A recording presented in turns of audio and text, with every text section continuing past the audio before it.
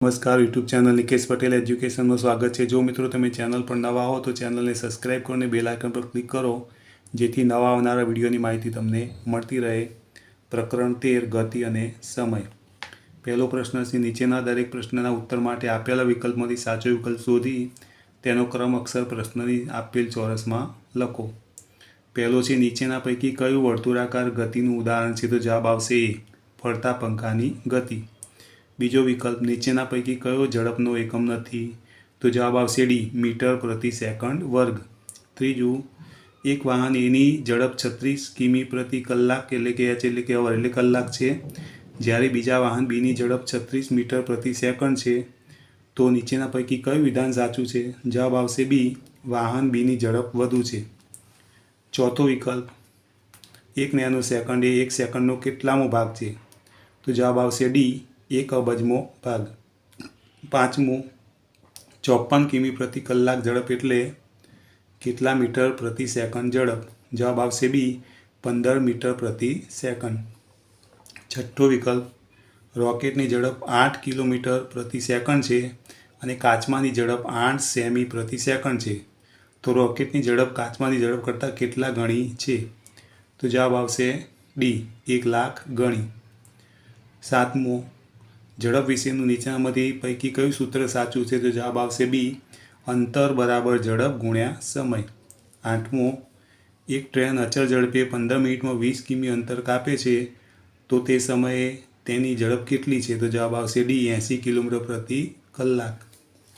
નવમું, એક superfast train અચળ ઝડપે 1.5 કલાકમાં 135 કિમી અંતર કાપે છે, તો તેની ઝડપ કેટલી હશે? તો જવાબ આવશે ડી, 90 કિલોમીટર પ્રતિ કલાક। દસમું, એક કાર ચાલક 8 કલાક 30 મિનિટે વાગે ઘરેથી નીકળી પોતાના ગામ જવા નીકળે છે, તો જવાબ આવશે સી, 64 કિમી પ્રતિ કલાક। 11મો વિકલ્પ છે, એક સુપરફાસ્ટ ટ્રેન સવારે 8 વાગે અમદાવાદથી ઉપડી સુરત સ્ટેશને 11 વાગે પહોંચશે, તો જવાબ આવશે 225 કિલોમીટર। 12મો વિકલ્પ, ઝડપનો મૂળભૂત એકમ ખાલી જગ્યા છે, તો જવાબ આવશે ડી, મીટર પ્રતિ સેકન્ડ।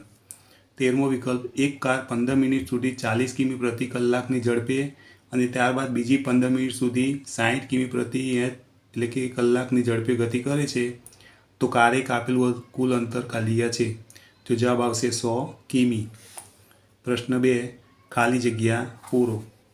પહેલી ખાલી જગ્યા છે, પદાર્થે એકમ સમયમાં કાપેલા અંતરને ખાલી જગ્યા કહેવાય, તો ઝડપ।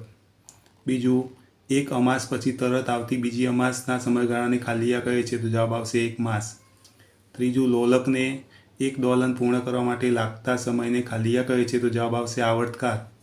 ચોથું, લોલકના 20 દોલનો માટેનો સમયગાળો 36 સેકન્ડ હોય તો તેનો આવર્તકાળ ખાલી જગ્યા સેકન્ડ, તો 1.8।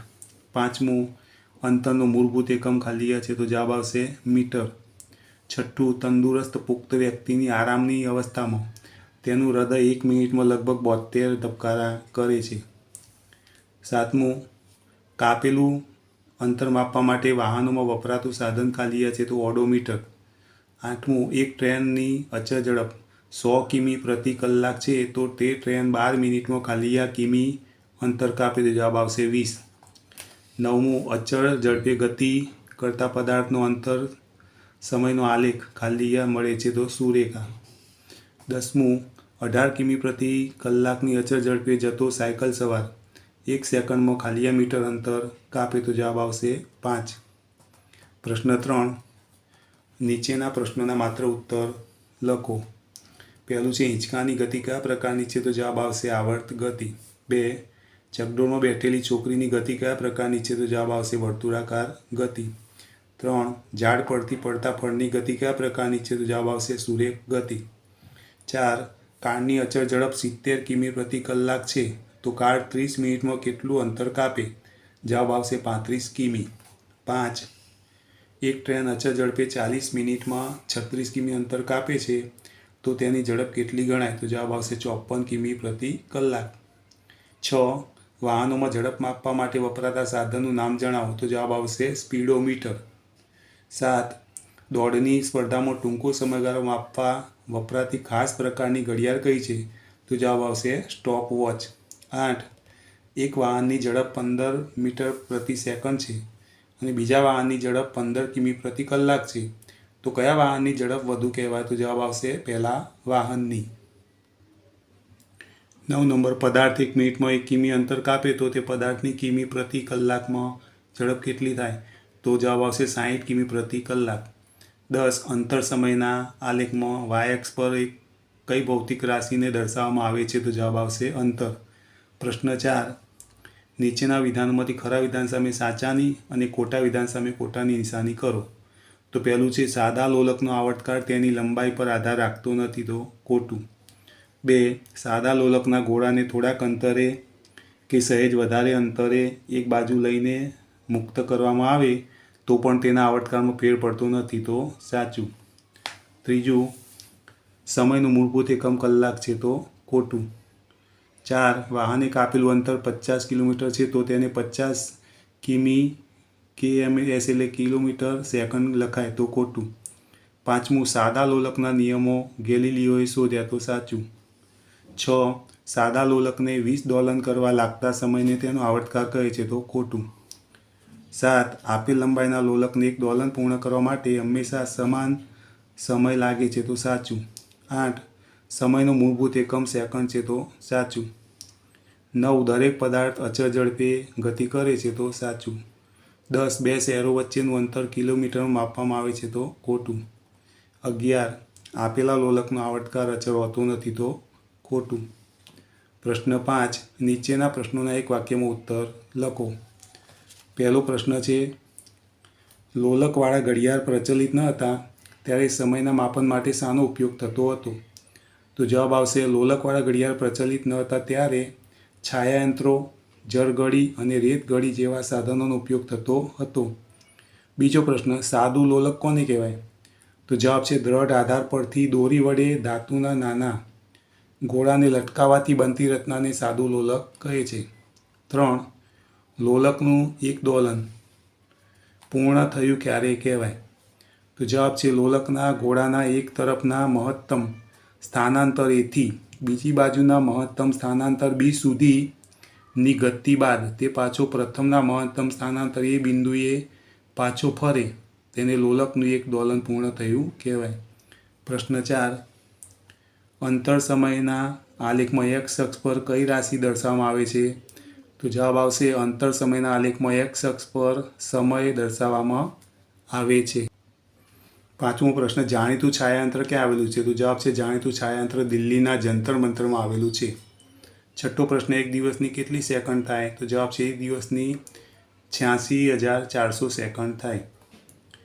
7મો, એક વર્ષના કેટલા કલાક થાય? તો એક વર્ષના 8,766 કલાક થાય. 8મો પ્રશ્ન, ઓડોમીટરના સાધનોનો ઉપયોગ શું છે? તો જવાબ છે ઓડોમીટર સાધન વાહનને કાપેલું અંતર માપવા માટે થાય છે. 9, વાહન અચળ ઝડપે ગતિ કરતું હોય ત્યારે અંતર સમયનો આલેખ કેવો મળે?